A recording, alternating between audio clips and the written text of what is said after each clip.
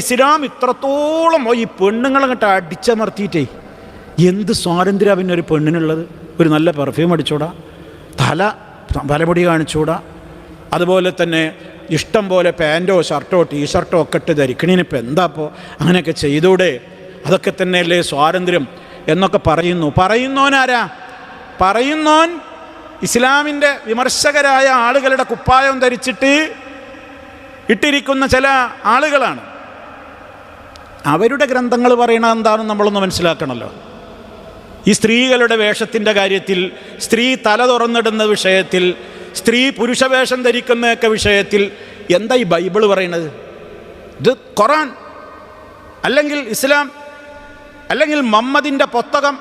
മഅദല്ലാഹ്, മുത്ത റസൂലിനെ അവർ പറയുന്നതാ മുഹമ്മദിൻ്റെ പുസ്തകത്തിൻ്റെ തകരാറാണ്. പെണ്ണിനെ വരിഞ്ഞു മുറുക്കുന്നു. എന്നാ അപ്പുറത്തുള്ള പുസ്തകം ഒന്ന് കേട്ടോളിൻ.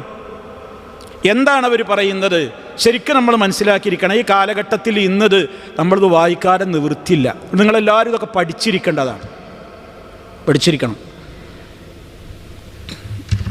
സോഷ്യൽ മീഡിയയിൽ ഇത്തരത്തിൽ ആരെങ്കിലും കൊഞ്ഞനം കുത്തുമ്പോൾ അതിൻ്റെ അടിയിൽ കൊണ്ടുപോയിട്ട് പേസ്റ്റ് ചെയ്യണം. അതിനാണ് ഞാനത് പറയുന്നത്. ഇത് പഠിച്ചിരിക്കണം, അറിഞ്ഞിരിക്കണം. കേട്ടോളൂ, മത്തായിയുടെ സുവിശേഷം 5:27 മുതൽക്കുള്ള വരികളെ വായിക്കുന്നത്. വ്യഭിചാരം ചെയ്യരുത് എന്ന് പറഞ്ഞിട്ടുള്ളത് നിങ്ങൾ കേട്ടിട്ടുണ്ടല്ലോ. എന്നാൽ ഞാൻ നിങ്ങളോട് പറയുന്നു, ഭോഗേച്ഛയോടുകൂടി ഒരു സ്ത്രീയെ നോക്കുന്നവൻ ഹൃദയത്തിൽ ആ സ്ത്രീയുമായി വ്യഭിചാരം ചെയ്തു കഴിഞ്ഞിരിക്കുന്നു. ഉണ്ടോ? സ്വാതന്ത്ര്യം ആയിരിക്കപ്പല്ലാത്ത ഒരു പെണ്ണിനെ അങ്ങനെ നോക്കാൻ പാടില്ല. പെണ്ണിനെ നോക്കിയാൽ തന്നെ അവൻ ഹൃദയത്തിൽ എന്ത് ചെയ്ത് കഴിഞ്ഞപ്പോൾ ആ പെണ്ണിനായിട്ട് വ്യഭിചരിച്ചു കഴിഞ്ഞിരിക്കുന്നു. തീർന്നില്ല. പാപം ചെയ്യുന്നതിന് നിന്റെ വലത്ത് കണ്ണ് കാരണമായി തീരുന്നു എങ്കിൽ അത് ചൂഴ്ന്നെടുത്ത് എറിഞ്ഞു കളയുക. നിന്റെ ശരീരം മുഴുവൻ നരകത്തിൽ തള്ളപ്പെടുന്നതിനേക്കാൾ നിന്റെ അവയവങ്ങളിൽ ഒന്ന് നഷ്ടപ്പെടുന്നതാണ് നിനക്ക് നല്ലത്. കണ്ണുകൊണ്ട് നീ അന്യ പെണ്ണിനെ നോക്കാൻ കാരണമുണ്ടോ? ആ കണ്ണാണ് പിഴുത് ചൂഴ്ന്നാണ് വലിച്ചെറിഞ്ഞളാണ്. അങ്ങനെ ഖുർആൻ പറഞ്ഞിട്ടുണ്ടോ? യന്ത്രിക്കാനാ പറയണത്. ഈമാനുകൊണ്ട് നിയന്ത്രിക്കാനാ പറയണത്. ഇവർ പറഞ്ഞാൽ ചൂഴ്ന്നെടുത്ത് പുറത്തേക്കാണ് വലിച്ചെറിഞ്ഞളാണ്.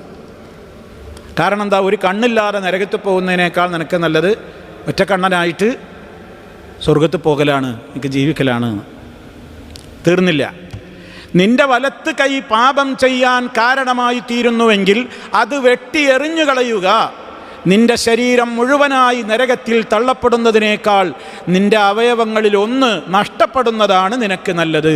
മത്തായി എഴുതിയ സുവിശേഷം 5-ാം അധ്യായം 27 മുതൽക്കുള്ള വചനങ്ങൾ. ഇപ്പം എന്തായി? ഇങ്ങനെ നോക്കരുത്, അവിഹിതമായി നോക്കരുത് എന്നുള്ള കൺട്രോള് സ്ത്രീക്കും പുരുഷനും വരിഞ്ഞു മുറുക്കി സ്വാതന്ത്ര്യം കളഞ്ഞതാ.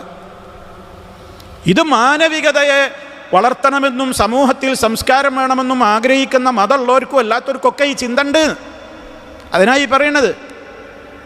അവരൊരുപാട് കൈക്രിയകൾ ഇതിലൊക്കെ നടത്തിയല്ലോ. ബൈബിളിലൊക്കെ നബി സല്ലല്ലാഹു അലൈഹി വസല്ലം മൂസാ നബിക്കോ ഈസാ നബിക്കോ ഇറക്കിയവരൊന്നല്ലല്ലോ ഒന്നുള്ളത്.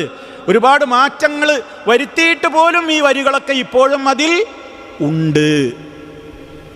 ഇനി അടുത്ത സ്വാതന്ത്ര്യക്കേട് നോക്കിക്കോളി. തലമറക്കലല്ലേ ഇപ്പോൾ വലിയ വിഷയം. തലമറക്കലിനെ പറ്റി എന്താ പറഞ്ഞത്? അത് ഒരു തലയാണ് തുറന്നിടുമ്പോഴേക്കാണ് പൊളിഞ്ഞു പോകുമോ എന്ന് ചോദിക്കുന്നുണ്ടല്ലോ. കേട്ടോളൂ. കൊരിന്ത്യർ എഴുതിയ സുവിശേഷം 11-ാമത്തെ അധ്യായം 6-ാമത്തെ വചനം. ശിരോവസ്ത്രം ധരിക്കാൻ വിസമ്മതിക്കുന്ന സ്ത്രീ മുടി മുറിച്ച് കളയട്ടെ. തലമറക്കാൻ വിസമ്മതിക്കുന്ന പെണ്ണ് മുടി മുറിച്ചാണ് കളഞ്ഞോട്ടെ, മൊട്ടയടിച്ച് നടന്നോട്ടെ എന്നാണ്. മുടി മുറിച്ച് കളയുന്നതോ തല മുണ്ടനം ചെയ്യുന്നതോ തനിക്ക് ലജ്ജാകരമെന്ന് ഒരു സ്ത്രീക്ക് തോന്നുന്നുവെങ്കിൽ അവൾ നിർബന്ധമായും ശിരോവസ്ത്രം ധരിക്കണം. തലമറക്കൽ ഫർളാണ്. അല്ലെങ്കിൽ എന്ത് ചെയ്തോ? പാറ്റാൻ മൊട്ടടിച്ച് കളഞ്ഞതാണ്. മുടി പുറത്ത് കാണിക്കാൻ പാടില്ല. എന്നിട്ടാണ് ആ സ്കൂളിൽ മറ്റേ കുട്ടി തലയിൽ തട്ടിട്ട് വന്നപ്പോൾ പൊരി വെയിലത്തൊരു മണിക്കൂർ നിർത്തിയത്. അപ്പോൾ ഒന്ന് ആലോചിച്ച് നോക്കി. അപ്പം ഇസ്ലാം സ്ത്രീ അങ്ങനെ വരിഞ്ഞു മുറുക്കിയതാ. അപ്പം ഇതൊക്കെ നമ്മൾ പഠിക്കുന്നതിന് ആരെയും വിമർശിക്കാനും മറ്റുള്ളവരെ മതത്തെ പരിഹസിക്കാനും ഒന്നുമല്ല. നിങ്ങളും ഇതൊക്കെ അംഗീകരിക്കുന്നില്ലേ? ഇതൊക്കെ നിങ്ങളുടെയും വേദഗ്രന്ഥങ്ങൾ വെച്ചുകൊണ്ടല്ലേ നിങ്ങൾ ഈ സംസാരിക്കുന്നത് എന്ന് നമുക്കും പറയാൻ സാധിക്കണമെന്ന്. അല്ലെങ്കിൽ എന്താ പ്രശ്നം എന്നറിയോ? മറ്റുള്ളവനിങ്ങനെ വർത്തമാനം പറയുമ്പോൾ നമ്മളും കുറച്ചൊക്കെ ഓല് പറയണേലും കാര്യമുണ്ട് അറിയും. ആര് മാപ്പിളേ? കുറച്ചൊക്കെ ഓല് പറയണേലും കാര്യമുണ്ട്. അല്ലെങ്കിൽ ഇപ്പം അങ്ങനെയുണ്ട് ഇതാക്കണോ? 2-3 മുടിയും പുറത്ത് കാണുമ്പോഴൊക്കെ ഇപ്പാണ്ട് പൊളിഞ്ഞു പോകുമോ? ഒരു പെൺകുട്ടി ചോദിച്ചിട്ടുണ്ട്, ഞാൻ അതിലേക്ക് വരുന്നുണ്ട്. ഇനി അടുത്തത് കേട്ടോളൂ. ആവർത്തന പുസ്തകം 22-ാം അധ്യായം 5-ാമത്തെ വചനം. പുരുഷൻ്റെ വസ്ത്രം സ്ത്രീയും സ്ത്രീയുടെ വസ്ത്രം പുരുഷനും ധരിക്കരുത്.